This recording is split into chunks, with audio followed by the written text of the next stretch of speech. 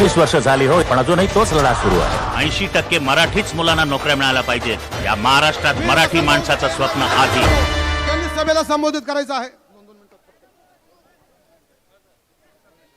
या बडे भाभींनी शहरात जो धुमाकूळ घातला त्याची सर्व या जिल्ह्यामध्ये देशामध्ये या नाशिकचं नाव या बाईंनी बदनाम केलं. 100 150 कॉल गुन्हेगारांना ही बाई करते, पोलिसांवर दबाव टाकते, पोलिसांना बदल्या करण्याची ही बाई धमकी देते आणि गेली 10 वर्ष हा सत्तेचा माज चालू आहे. संपूर्ण ड्रग्ज कॉलेज पर्यंत पोहोचलं, पानपट्टीवर पोहोचलं, चरस गांजा कुत्ता गोळी. आणि ज्यावेळेस छोट्या भाभीला अटक झाली त्यावेळेस सुद्धा बड्या भाभींचे कॉल सापडले गेले. पोलिसांनी त्यांना सांगितलं की तुम्ही कुठंतरी चुकीचं काम करताय, परंतु सत्ता असल्यामुळं हा सत्तेचा माज या पद्धतीने चालू होता. बड्या भाभीनंतर चिपड्या नावाचा एक माणूस या ठिकाणी गुन्हेगार पकडला गेला. 1.25 महिना तो जेलमध्ये होता आणि ऐन निवडणुकीच्या तोंडावर त्याचा जामीन या बाईंनी करून आणला. जामीन केल्यानंतर संपूर्ण कुटुंब घेऊन ही बाई त्याच्या घरी गेली, त्याचं स्वागत केलं. सर्वीकडे हे फोटो झळकले तरी बड्या भाभीला लाज वाटत नाही. एवढे निर्दयीपणे ती त्या ठिकाणी काम करते. आणि म्हणून मुस्लिम समाज यांच्यामध्ये दरी निर्माण करण्याचं बाईंनी काम केलं. तिकडे ओबीसीच्या मेळाव्याला जाऊन बाई भाषण करते मराठ्यांच्या विरुद्ध, तिकडे मराठा समाजाला जाऊन पाया पडते. या बाईंनी सगळे जातीपातीचं राजकारण केलं. कोयता गँग या ठिकाणी निर्माण केली गेली. आणि म्हणून तुम्हाला आम्हाला 20 तारखेला या बाईला गाडावं लागणार आहे आणि म्हणून तुमची साथ या ठिकाणी पाहिजे आहे.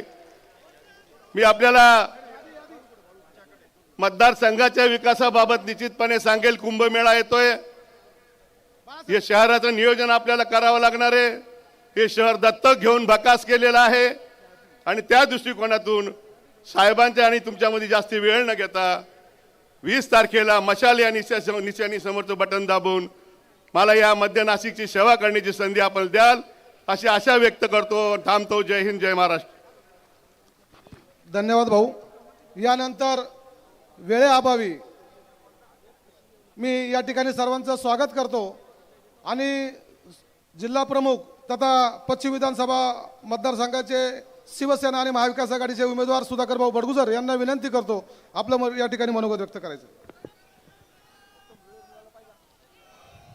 राजे छत्रपती शिवाजी महाराज, भारतीय घटनेचे थोर शिल्पकार आदरणीय बाबासाहेब आंबेडकर, आदरणीय हिंदू हृदय सम्राट बाळासाहेब ठाकरे यांना त्रिवार मानाचा मुजरा, आदरणीय उद्धव साहेब यांना मानाचा मुजरा, व्यासपीठावरील उपस्थित असलेले सर्व मान्यवर, खासदार राजाभाऊ वाजे, शोभाताई बच्छाव, बबननाना घोलप, वसंतभाऊ गीते, अनिलजी कदम, अपूर्वभाऊ हिरे, डॉक्टर DL कराड, अण्णा पाटील, सर्वच व्यासपीठावरील मान्यवर साहेब, नाशिकमध्ये महाविकास आघाडीचे 15चे 15 उमेदवार निवडून आल्याशिवाय राहणार नाही.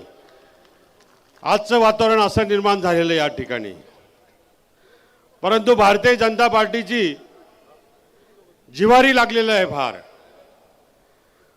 कारण आपल्या उमेदवारांना त्रास देत आहेत फार. पोलीस प्रशासनाला हाताशी धरून खोटे गुन्हे आपल्या उमेदवाराच्या कार्यकर्त्यांवरती, ज्याच्यावरती NC सुद्धा नाही, अशा लोकांना तडीपारीची नोटीस बजावत आहेत. पोलीस प्रशासन एकतर्फी काम करत आहे आणि आपल्या महाविकास आघाडीच्या उमेदवारांना त्रास देण्याचा प्रयत्न करत आहेत. आज आपले BLA स्लिपा वाटत असताना त्या BLAला मारहाण केली आणि मारहाण करून पोलीस स्टेशनला ज्यावेळेस आम्ही सहकार्य मागायला गेलो त्यावेळेस सहकार्याची भूमिका त्या ठिकाणी पोलिसांची दिसली नाही. परंतु जिल्हा निवडणूक अधिकाऱ्याला मी विनंती करेल निवडणूक आयोगाला विनंती करेल की पोलीस आयुक्त पोलीस प्रशासन हे तुमच्या अंडर असतात. जर निष्क्रियता असेल, एकतर्फी कोणी एक लोकशाही मार्गाने जर निवडणूक लढत नसेल, एकतर्फी काही कारवाई करत असेल तर त्यांची तात्काळ या ठिकाणाहून बदली केली पाहिजे. छोट्या छोट्या गुन्ह्यांमध्ये आमच्या लोकांना अडकवतात आणि मग ही लोकशाही तुमची. विधानसभेची निवडणूक आलेली आहे, लोकशाही पद्धतीने निवडणूक लढा. प्रभागामध्ये, वार्डामध्ये किंवा मतदारसंघामध्ये चुकीच्या पद्धतीने कामकाज करतात आणि आम्हाला शिकवतात. आम्हाला माहिती आहे तुमचा पराभव निश्चित आहे. महाविकास आघाडीचे 15च्या 15 जागा निवडून येणार आहे. साहेब, मी ज्या मतदारसंघातून विधानसभा लढवतोय त्या मतदारसंघाची आमदार 10 वर्ष झालीत, पण विकासाची गंगा तर आलीच नाही. पण भ्रष्टाचाराचे कुरण त्या ठिकाणी निर्माण झालेत. भारतीय जनता पार्टीचे 13 नगरसेवकापैकी आज आपल्याकडे भारतीय जनता पार्टीचे बरेच नगरसेवक या ठिकाणी प्रवेश करतायत आपल्या साक्षीने.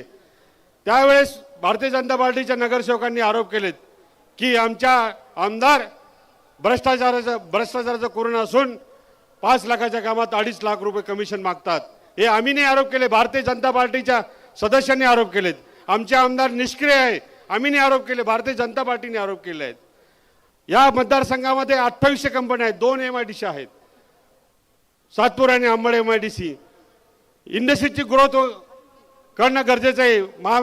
मेगा प्रोजेक्ट येणं गरजेचं आहे. 5 वर्षात 10 वर्षाच्या काळामध्ये मेगा प्रोजेक्ट या ठिकाणी आला नाही आणि बेरोजगारीचा प्रश्न हा वाढत चालला. या मतदारसंघामध्ये जर 2800 कंपन्या असतील आणि ह्या मतदारसंघातील युवकांना जर बेरोजगारीचा सामना करावा लागत असेल तर हे चित्र काही बरोबर नाही. आपले महाविकास आघाडीची सरकार आल्यानंतर साहेब या नाशिककरांसाठी एक मेगा प्रोजेक्ट आपण द्यावाच लागेल आणि मला खात्री आहे आदरणीय उद्धव साहेबांचं प्रेम नाशिकवर खूप आहे आणि निश्चितपणाने एक मेगा प्रोजेक्ट दिल्याशिवाय ते राहणार नाही.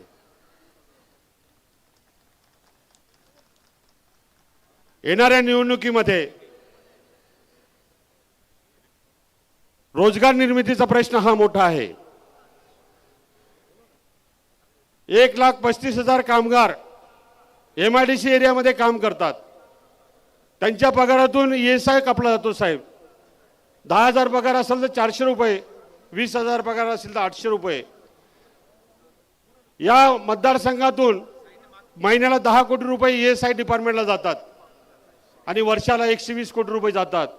आणि ESI हॉस्पिटलची जर दुर्दशा बघितली तुम्ही, आमच्या कर्मचाऱ्यांना, आमच्या कामगारांना तिथं रुग्ण आणि वैद्यकीय सेवा त्या ठिकाणी मिळत नाही.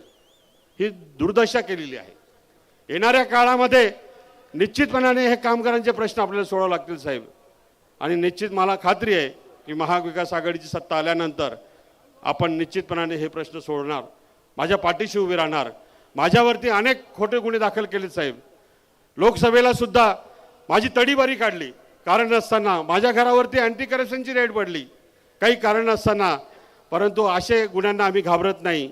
मी सच्चा शिवसैनिक आहे. आदरणीय उद्धव साहेबांच्या पाठीशी उभा राहील. मरण पत्करेल पण शरण येणार नाही. मरण पत्करेल पण शरण येणार नाही. आदरणीय उद्धव साहेबांना आपल्याला ऐकायचं आहे. 20 तारखेला येणाऱ्या निवडणुकीमध्ये मशाल या चिन्हावरती मतदान करून प्रचंड बहुमताने विजयी कराल अशी माफक अपेक्षा करतो आणि थांबतो. जय हिंद, जय महाराष्ट्र. धन्यवाद. छत्रपती शिवाजी महाराज की. शिवसेना प्रमुख श्रीमान बाळासाहेब ठाकरे यांचा. सन्माननीय महाराष्ट्राचे कुटुंब प्रमुख सन्माननीय उद्धवजी ठाकरे साहेब, आप आगे बढ़ो.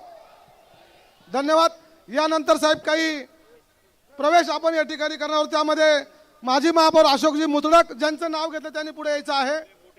हा, माननीय नागरेताई, मधुकरजी हिंगमिरे, डॉक्टर गोविंद वाघ, पवनजी पवार, विक्रमजी नागरे आणि नगरसेविका आमच्या पाटीलताई. तुम्ही थांबा.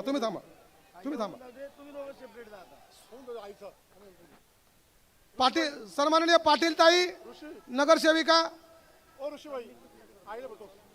धनंजयजी लोखंडे,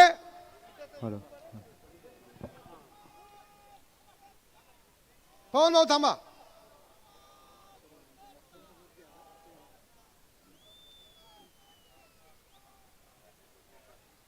माननीय माजी आमदार अपूर्व हिरे,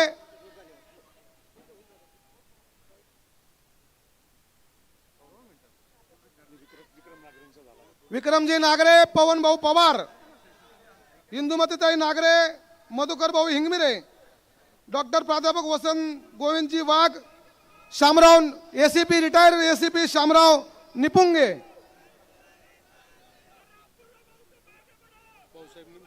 भाऊसाहेब निमसे, मनसे उपाध्यक्ष सहकार आघाडी,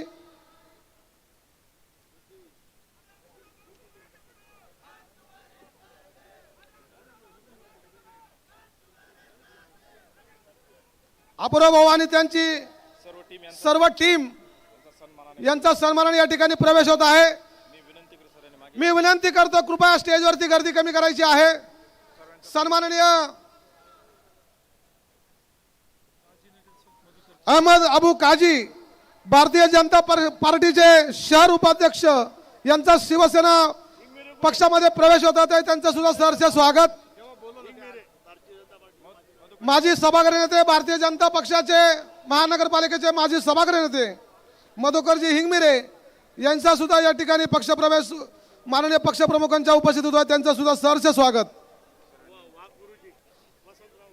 सन्माननीय प्राध्यापक डॉक्टर वसंत गोविंद वाघ साहेब यांचा सुद्धा या ठिकाणी प्रवेश होत आहे. या ठिकाणी ज्यांचे विचार ऐकण्यासाठी आपण या ठिकाणी उत्सुक आहोत.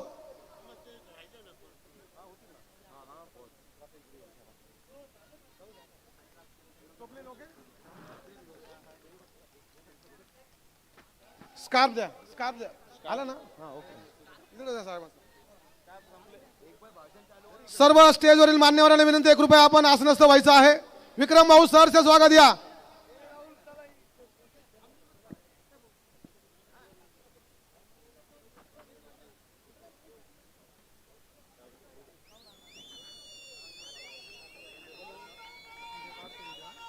हिंदू हृदय सम्राट सरसेनापती श्रीमान बाळासाहेब ठाकरे यांचा, अरे महाविकास आघाडीचा सन्माननीय उद्धवजी ठाकरे साहेब, आप आगे बढ़ाओ.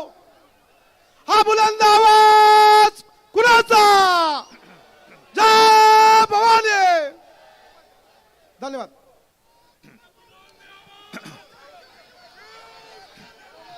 जमलेल्या माझ्या तमाम महाराष्ट्रप्रेमी बांधवांनो, भगिनींनो आणि मातांनो, या वर्षातली ही आपली तिसरी सभा आहे.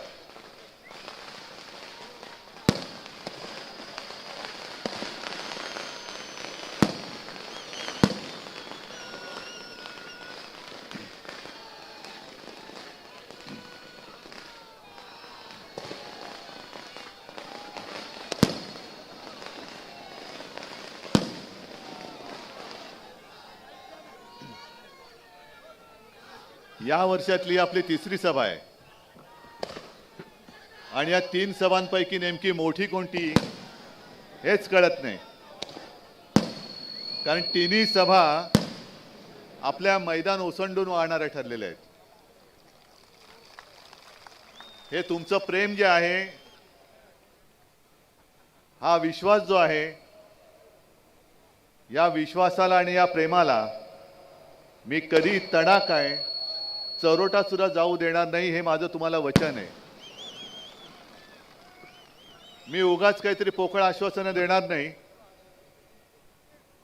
कारण मी जे करता येणं शक्य असेल तेच बोलतो आणि जे मी बोलतो ते मी करून दाखवतो. मी म्हणजे काही देवेंद्र फडणवीस नाही. नाशिक दत्तक घेणार होते, बरोबर ना? नाशिक दत्तक घेणार होते. नाशिकला सोडलं वाऱ्यावर आणि गद्दारानं डोक्यावरती घेतलं. म्हणून मी अशाही काही भाकड आश्वासनं देत नाही. उगाच काहीतरी मी आणखीन काहीतरी करून दाखवीन नाही. साध्या साध्या ज्या गोष्टी आहेत पण तुमच्यासाठी ज्या आवश्यक आहेत त्या मात्र मी नक्की करून दाखवल्याशिवाय राहणार नाही, हे माझं तुम्हाला वचन आहे. रोज 4-4, 5-5 सभा होत आहेत. आत्ताची आपली 5वी सभा आहे माझी. उद्या पण असंच करणार आहे. नाशिकमध्ये एक चांगली गोष्ट मला दिसली, तशी संपूर्ण महाराष्ट्रात दिसते, की शिवसेनेसोबत महाविकास आघाडी म्हणून जे जे पक्ष लोकसभेला एकत्र आले होते ते सर्वच्या सर्व पूर्ण ताकदीने आज देखील एकत्र आहेत. काँग्रेस तर आहेच, राष्ट्रवादी आहे, पण खास करून मी उल्लेख करेन आपल्या कराड साहेबांचा, कम्युनिस्ट. आणि कॉम्रेड साहेब, खरं त्यांची इच्छा होती निवडणूक लढवण्याची, पण निवडणूक लढवणार मी म्हटलं की कराड साहेब कृपा करा जरा की यावेळेला तुम्ही सोबत राहा, तुम्हाला विधिमंडळात नेण्याची जबाबदारी माझी. आणि त्याप्रमाणे त्यांनी एक क्षण पण लावला नाही. तत्काळ सांगितलं, उद्धवजी आमचा तुमच्यावरती विश्वास आहे, आम्ही पूर्ण ताकदीने महाविकास आघाडीचं सरकार आणण्यासाठी कटिबद्ध आहोत. आणि म्हणून कराड साहेब, मी जो तुम्हाला शब्द दिलाय तो सगळ्यांच्या साक्षीने दिलेला आहे. आणि तुम्ही माझी परीक्षा घ्या. नाशिक संपूर्ण जिंकून द्या, महाविकास आघाडीचं सरकार आणा, आणि मग मी ज्यांना ज्यांना शब्द दिलेत ते पाळतो की नाही ते तुम्ही पाहा. पहिल्या सभेची मला आठवण आहे, तेव्हा 23 जानेवारी होती आणि राम मंदिराचा सोहळा तिकडे चालला होता. मला आता या निवडणुकीच्या काळामध्ये अमित शहा जे येत आहेत, नरेंद्र मोदी येत आहेत आणि मला आव्हान देत आहेत. अमित शहाना काय झाले, उद्धव बाबू, म्हटलं बोलो अमित शेठ. मला सांगितलं अब तक राम मंदिर में क्यों नहीं गए. म्हटलं वो राम मंदिर गल रहा है, वो गलने का थांबाओ, वो जब थांबेगा तो मैं जाएगा. तुमची गळकी गॅरंटी, सडकी गॅरंटी, या गॅरंटीला आता महाराष्ट्रामध्ये थारा नाही. आता महाराष्ट्रात मोदी गॅरंटी चालत नाही, महाराष्ट्रात चालते ती शिवसेना प्रमुखांची ठाकरे गॅरंटी चालते. पण वेडी वाकडी म्हणजे याचा या विधानसभेशी संबंध नाही, असे सगळे विषय फेकायचे की तुम्ही गांगरून जायचं आणि त्यांना मतदान करून टाकायचं. मला वाटेल ते त्यांनी प्रश्न विचारू दे, मी त्याला उत्तर देईन, पण मी प्रश्न जे विचारेन त्याला मोदी आणि शहानी सुद्धा उत्तर देणं हे गरजेचं आहे. राम मंदिराचा विषय तुम्ही काढलात, ज्या वेळेला तुम्ही सगळा तो शो करत होतात, कोणी शंकराचार्य बरोबर नव्हते, तुम्हाला माहिती, मी बोललोय तेव्हा. पण मी त्याच वेळेला नाशिकच्या काळाराम मंदिरात गेलो होतो आणि हेच ते काळाराम मंदिर, ज्या मंदिरामध्ये आपल्याच हाडामासाच्या रक्ताच्या माणसांना प्रवेश बंदी होती, म्हणून डॉक्टर बाबासाहेब आंबेडकरांनी सत्याग्रह केला होता. मी तिथे गेलो होतो. आणि मग तुम्ही राम मंदिराचा विषय काढलाय, काळाराम मंदिराचा विषय मी काढलाय, म्हणून मी इथे मिंद्यांपासून वरती मोदींपर्यंत सगळ्यांना विचारतोय की तुम्हाला जे मध्ये मध्ये प्रेम उतू जातं, मध्येच डॉक्टर बाबासाहेब आंबेडकरांचं प्रेम त्यानं येतं. आता काल हिंदू हृदय सम्राट बाळासाहेबांचं प्रेम आलेलं आहे, पण बाबासाहेबांचं प्रेम मोदीजी तुमचं उतू जात असेल तर मग मी तुम्हाला एक प्रश्न विचारतो, जो तुमच्या मिंद्यांना आणि देवेंद्रना विचारा, की काही दिवसांपूर्वी, 1-2 महिन्यांपूर्वी महाराष्ट्र शासनाने अल्पसंख्याक आयोग जो स्थापन केला, त्या आयोगामध्ये साधारणतः अल्पसंख्य म्हणून जे जे समाज येतात त्यांचा प्रतिनिधी त्याच्यात घ्यावा लागतो. मग सगळे असतील, जैन आहेत, बौद्ध आहेत, ख्रिश्चन असतील, पारसी असतील, मुस्लिम आहेत. मग तुम्ही यादी काढा आणि त्या यादीमध्ये एक सुद्धा माझ्या डॉक्टर बाबासाहेब आंबेडकरांनी जो धर्म स्वीकारला बौद्ध समाज, त्याचा एक सुद्धा प्रतिनिधी आयोगात का घेतला नाही याचं उत्तर द्या आणि मग तुम्ही आम्हाला बाबासाहेबांच्या प्रेमाबद्दल शिकवा. एक सुद्धा नाहीये. मग कशाला हे थोतांड करताय? काल तिकडे शिवाजी पार्कला आले. ही बघा ना गर्दी माझी. ही मी नेहमी सांगतो, ही माझी वडिलोपार्जित संपत्ती आहे.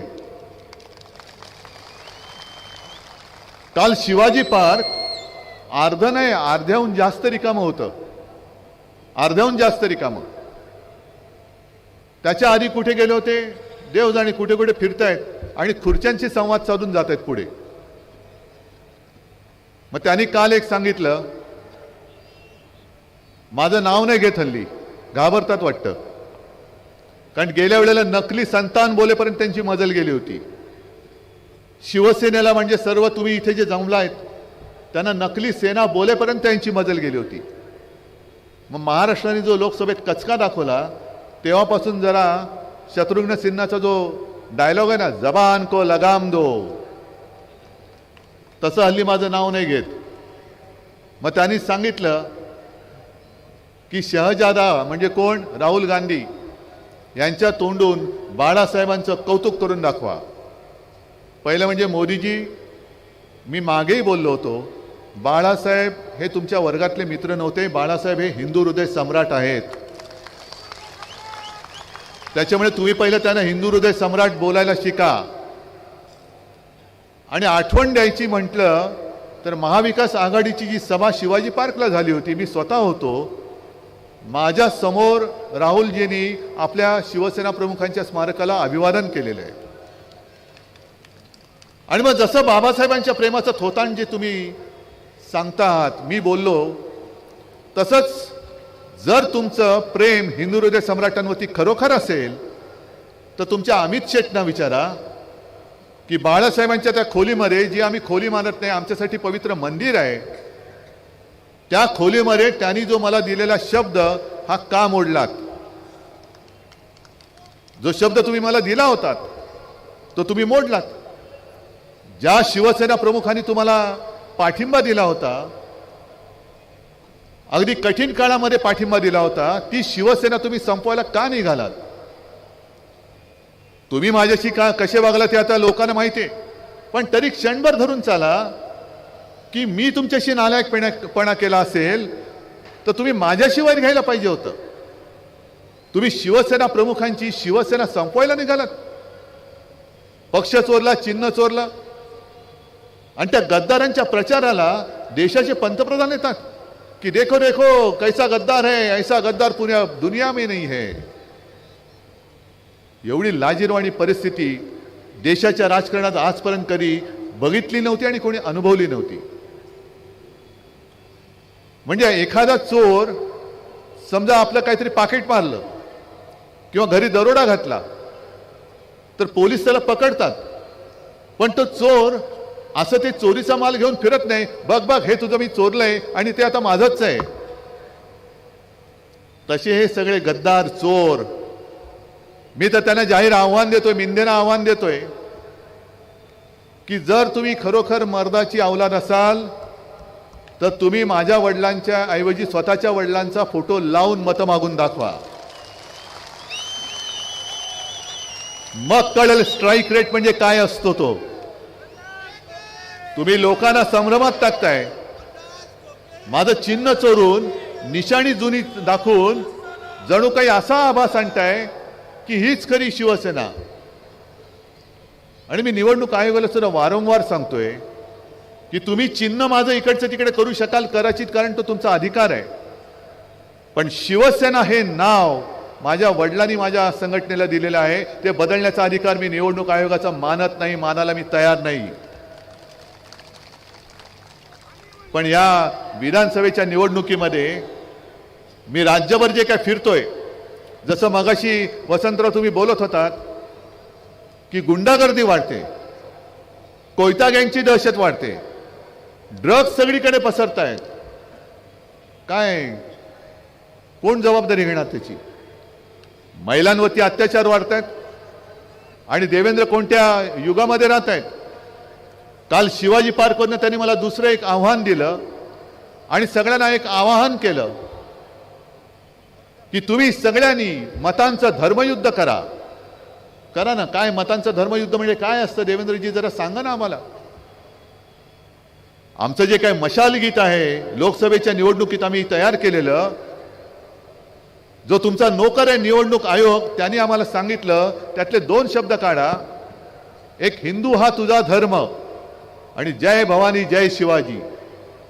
हिंदू हा तुझा धर्म हे काढून टाकणारा तुमचा नोकर निवडणूक आयोग आम्हाला सांगतो आणि तुम्ही त्याच वेळेला सगळ्यांना सांगता धर्मयुद्ध करा. मग देवेंद्रजी नेमका धर्म आहे तरी कोणता तुमचा? आम्ही धर्माच्या नावावर मतं नाही मागितली. आज तुमचं जे काय चाललेलं आहे या भाजपचं, त्यांच्याकडे काही मुद्दे नाहीत. अरे धर्मयुद्ध म्हणण्यापेक्षा स्वतःची कर्म काय आहेत ती पहिली लोकांना सांगा ना, की आम्ही हे तुमच्यासाठी केले म्हणून आम्हाला मतं द्या. जसं मी सांगतो, मी 2.5 वर्ष मुख्यमंत्री होतो, पण 2.5 वर्षाच्या काळामध्ये करोनासारखं संकट हे संपूर्ण जगावरती आलेलं असताना देशामध्ये सातत्याने करोनापासून आपली जनता वाचवण्यामध्ये महाराष्ट्र नंबर 1 होता. नंबर 1. गुजरातमध्ये सार्वजनिक चिता पेटल्या होत्या, उत्तर प्रदेशमध्ये सार्वजनिक चिता पेटल्या होत्या, गंगेमध्ये प्रेत वाहत होती, पण महाराष्ट्रामध्ये असं एक सुद्धा मृतदेहाची विटंबना आपण होऊ दिली नव्हती. एवढंच नाही तर औषधं असो, ऑक्सिजन असो, रुग्णशय्या असो, कुठेही कसलेही कमी आपण पडू दिली नव्हती. त्या काळात सुद्धा मी शिवभोजन 10 रुपयामध्ये देतोय, अजून चालू आहे की नाही मला माहिती नाही, पण काही काळासाठी मोफत शिवभोजन आपण दिलं होतं. रोजगार आणत होतो. 6.5 लाख कोटीचे सामंजस्य करार आपण महाराष्ट्रासाठी केले होते. आणि त्याही पेक्षा महत्वाचं म्हणजे कोणी न मागता मी माझ्या नागपूरच्या पहिल्या अधिवेशनात शेतकऱ्यांना कर्जमुक्त करून दाखवलं होतं. मग असं काहीतरी सांगा. आज महाराष्ट्राने तुम्हाला लोकसभेमध्ये लाथा घातल्यानंतर तुम्हाला बहिणी आहे ते कळलं. लाडकी बहीण का आमच्या कोण लागत नाहीत त्या? बहिणीला नुसते पैसे देऊन नाही चालणार, बहिणीची सुरक्षा करणं हे भावाचं काम असतं आणि ते आम्ही करणार आहोत, आम्ही करतो आहोत. आणि त्यासाठी तर शिवसेना प्रमुखांनी शिवसेनेची स्थापना केली.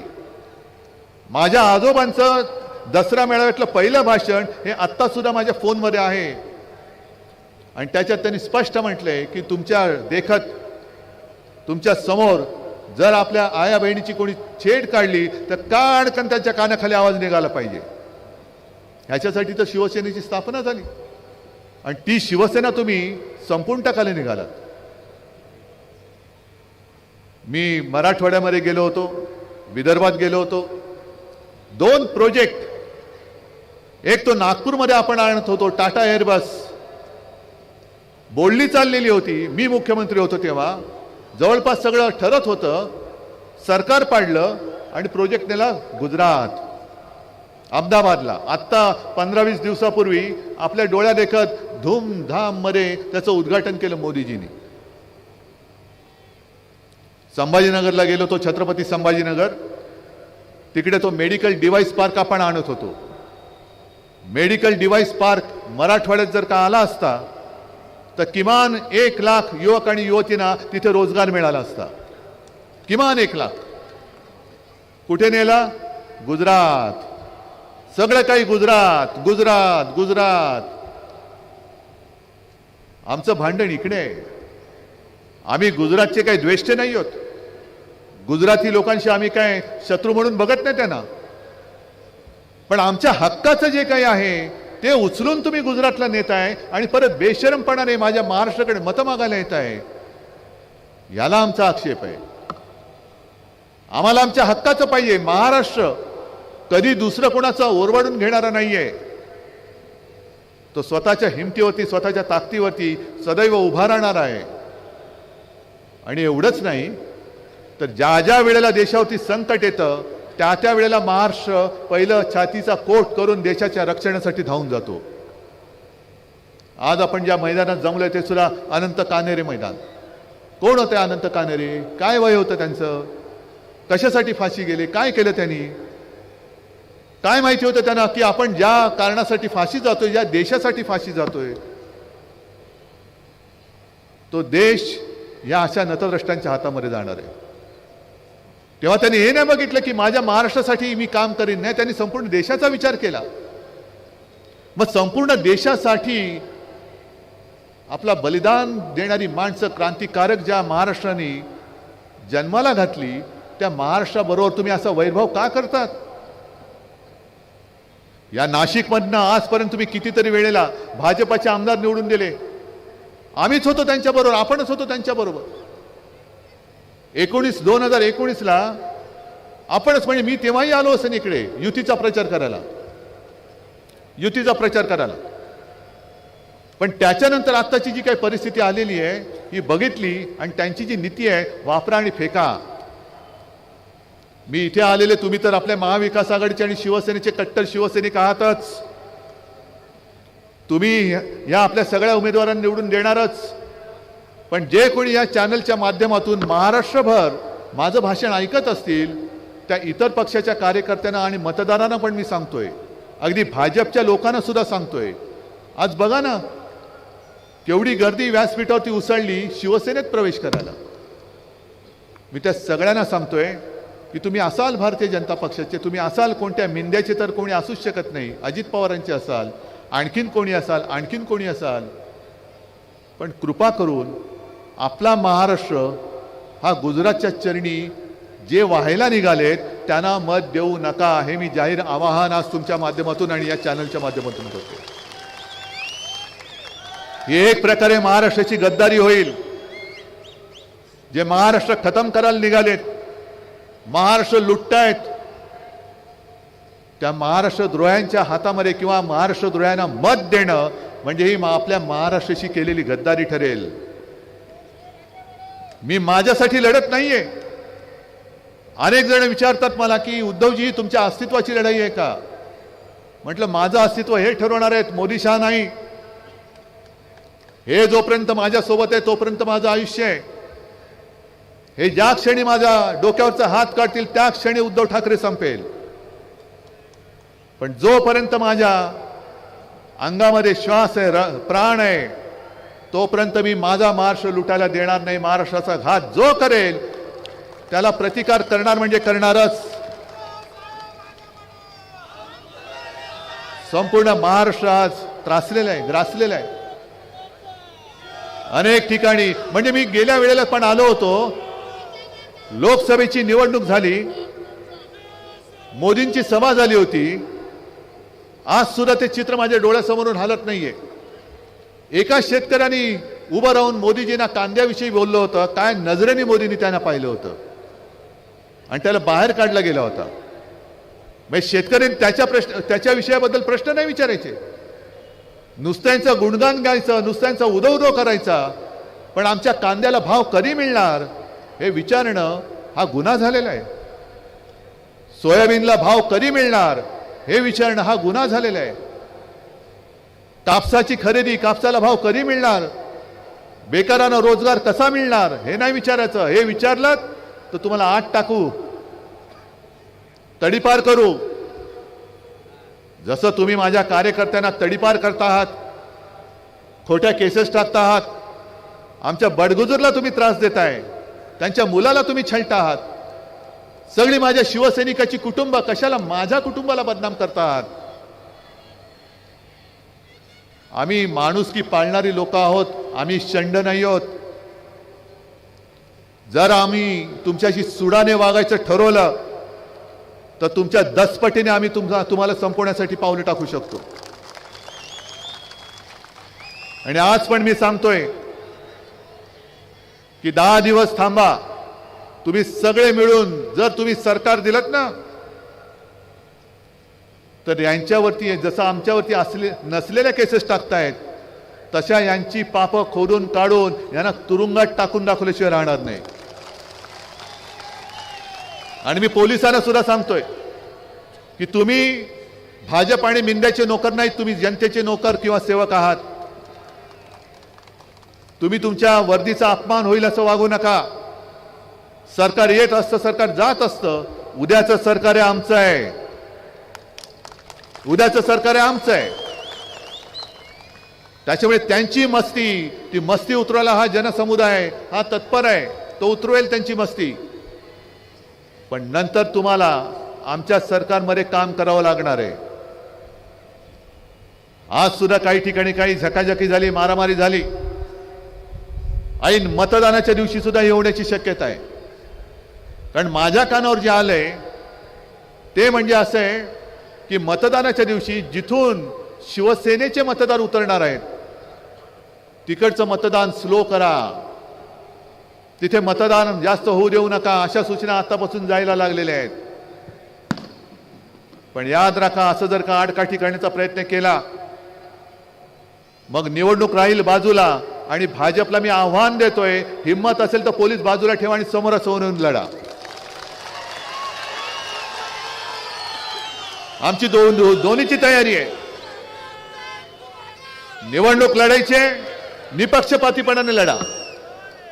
तुमचा ईव्हीएमचा घोटाळा त्याच्यात करू नका, आमच्या मतदारांना अडवू नका.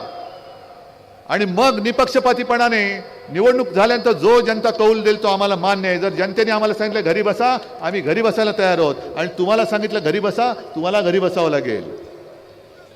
आणि मैदानात लढायचं असेल तर शिवसेना प्रमुखांचे शिवसैनिक हे आज सुद्धा तयार आहेत. पण तुम्ही तुमचं मग ED, income tax, CBI, police हे मध्ये आणू नका. त्यांना कॉमेंट्रेटर म्हणून तिकडे बाहेर ठेवा आणि करा या मैदानामध्ये. बघतो तुम्हाला. आमच्या लोकांना धाक दाखवताय, आमच्या लोकांना पैसे देऊन फोडताय. पण जे जे गद्दार म्हणून तिकडे गेलेले आहेत त्या गद्दारांना सांगतोय, अरे गद्दारांनो तुम्ही गेलात, आमच्यावरती उपकार केले. कारण आता अनेक नवीन तरुण हे तुमची जागा घेऊन तयार झालेले आहेत लढाईला. आणि मी बऱ्याच वेळेला जे बोलतो की झाडावरची जुनी सडलेली पानं ही झडलीच पाहिजेत. ती झडल्यानंतर पुन्हा नवीन कोंब उगवतात. तसं आज माझ्या शिवसेनेला ठिकठिकाणी कानाकोपऱ्यात नवीन कोंब उगवलेले आहेत. जुनी पानं सडून गेलेत, जी सडलेत ती झडून गेलेत. आणि झडलेली पानं ही जर का आम्ही पुन्हा चिकटवत बसलो तर मग ते झाड कधीच बहरणार नाही. हे बघा ना कसं बहरून आले. हे खरं शिवसेनेचं काम आहे. हे शिवसेना प्रमुखांची पुण्याई माझ्या मागे उभी आहे. मोदीजी तुमच्या लक्षात नाही येणार. काल ते जे बोलले की शिवसेनेचा रिमोट कंट्रोल काँग्रेसच्या हातात दिलेला आहे. अहो तुम्हाला तो रिमोट कंट्रोल हातात घ्यायचा होता. आणि 25-30 वर्ष आम्ही तुमच्या सोबत होतो. आमचा रिमोट कंट्रोल तुमच्या हातात नाही गेला तर मी काय तो काँग्रेसच्या हातामध्ये द्यायला काय वेडा आहे की काय? काँग्रेस आणि आम्ही सोबत जरूर आहोत, जसं तुम्ही आम्ही होतो. उद्धव ठाकरेने म्हणे शिवसेनेची काँग्रेस केली. अरे भाजपा नाही होऊ दिली तर मी काँग्रेस कशी काय होऊ देणार? पण यांनी गद्दारी करून सरकार का पाडलं? कारण यांना महाराष्ट्र लुटायचा आहे. होय, मी स्पष्ट बोलतो. हा आरोप नाही, ही सत्य परिस्थिती आहे. कारण जर का तुम्ही बघितलं, बऱ्याच सभेमध्ये मी बोललेलो आहे, जर विधिमंडळाकडे आपण पाहिलं, महाराष्ट्र शासन म्हणून पाहिलं, तर जो गद्दार डोक्यावरती तुम्ही बसवलात मुख्यमंत्री म्हणून तो ओरिजिनल शिवसेना पक्षाचा. दोन्ही सभागृहाचे अध्यक्ष आणि सभापती जे आहेत हे सुद्धा माझ्या शिवसेनेचे. दोन्ही सभागृहाचे विरोधी पक्ष नेते आहेत. एक विजय वडेट्टीवार हा सुद्धा पूर्वाश्रमीचा शिवसैनिक आणि अंबादास दानवे तर आत्ताचा शिवसैनिक. अर्ध्याहून अधिक मंत्री हे शिवसेनेचे आहेत. मग तुम्हाला सगळे शिवसेनेचं तिकडे चालतंय पण उद्धव ठाकरे चालत नाही. कारण उद्धव बाळासाहेब ठाकरे तुम्हाला महाराष्ट्र लुटू देत नव्हता आणि देणार नाही हे तुम्हाला माहिती होतं. म्हणूनच तुम्ही तुमचे बूट चाटणारे गद्दार तुमच्याकडे घेतले आणि महाराष्ट्र लुटायचा कार्यक्रम चालू ठेवलाय. आपण जे काय करतो आहोत, मी कालच्या संभाजीनगरच्या सभेत सुद्धा सांगितलं की स्वतः शिवसेना प्रमुखांना शाळेची फी भरायला पैसे नव्हते म्हणून 7वी मध्ये शिक्षण सोडायला लागलेलं. माझ्या आजोबांना म्हणजे प्रबोधनकारांना सुद्धा साधारणतः 6वी-7वी मध्येच शिक्षण सोडायला लागलेलं कारण पैसेच नव्हते घरामध्ये. आता सुद्धा अनेक शेतकरी असे आहेत अनेक गोरगरीब असे आहेत की त्यांना मुलांना शिकवायचंय, मुलांना शिकायचंय. वयोमानाप्रमाणे आता ते शिकू शकत नाहीत, पण त्यांच्या मुलांना त्यांना शिकवायचंय. पण एक तर शेतकऱ्याच्या डोक्यावरती कर्ज आहे, घर चालण्याची पंचायत आहे, घरी घर खर्चाला पैसे येत नाहीत, मग मुलांना शिकवायचं कसं? आणि म्हणून जे मी ठरवलेलं आहे की आपलं सरकार आल्यानंतर जसं मुलींना मोफत शिक्षण दिलं जातंय तसं माझ्या महाराष्ट्रात जन्मलेल्या प्रत्येक मुलाला मी मोफत शिक्षण दिल्याशिवाय राहणार नाही. मग नाव कशाला घ्यायचं? महात्मा फुलेंचं नाव घ्यायचं कशाला? त्यावेळेला जर का महात्मा ज्योतिराव फुले आणि सावित्रीबाई यांनी पुढाकार घेतला नसता तर मुली शिकूच शकल्या नसत्या.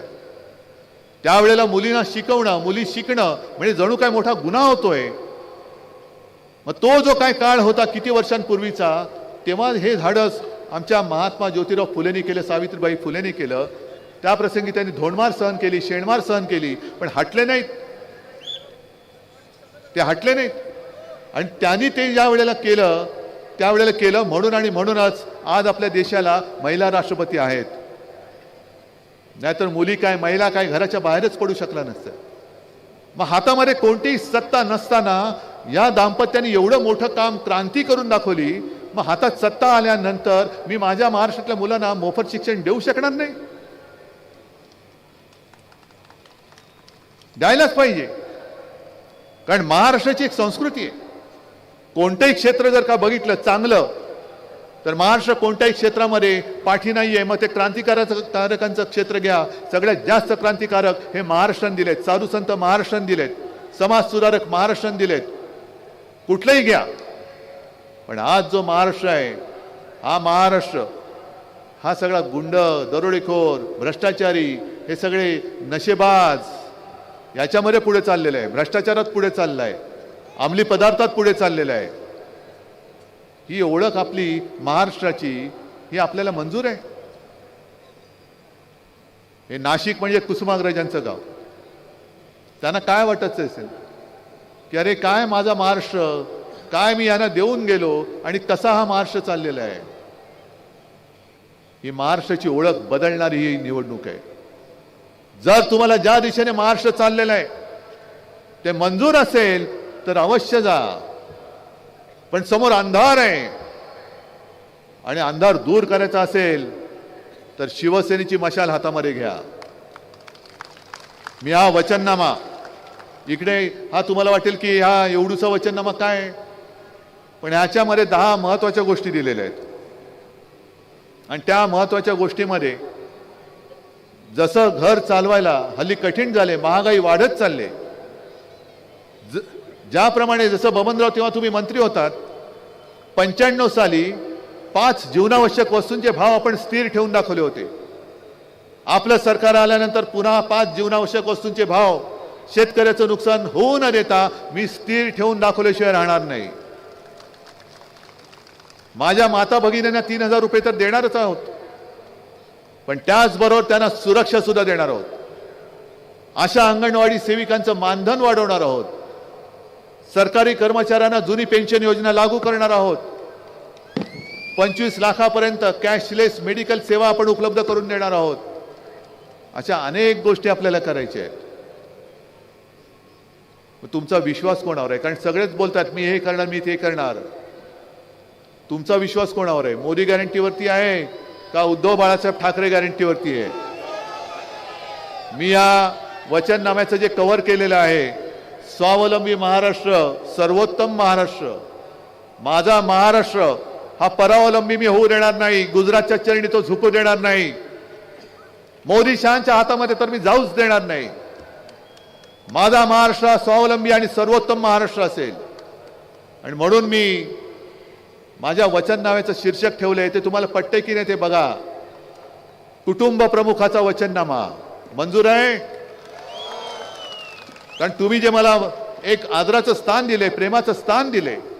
अरे मुख्यमंत्री होतात आणि जातात, पण हे भाग्य फार थोड्यांच्या नशिबी येतं ज्याला कोणीतरी आपल्या कुटुंबातील एक मानतं. हे भाग्य मला लाभलं, हे आशीर्वाद तुमचे मला लाभले.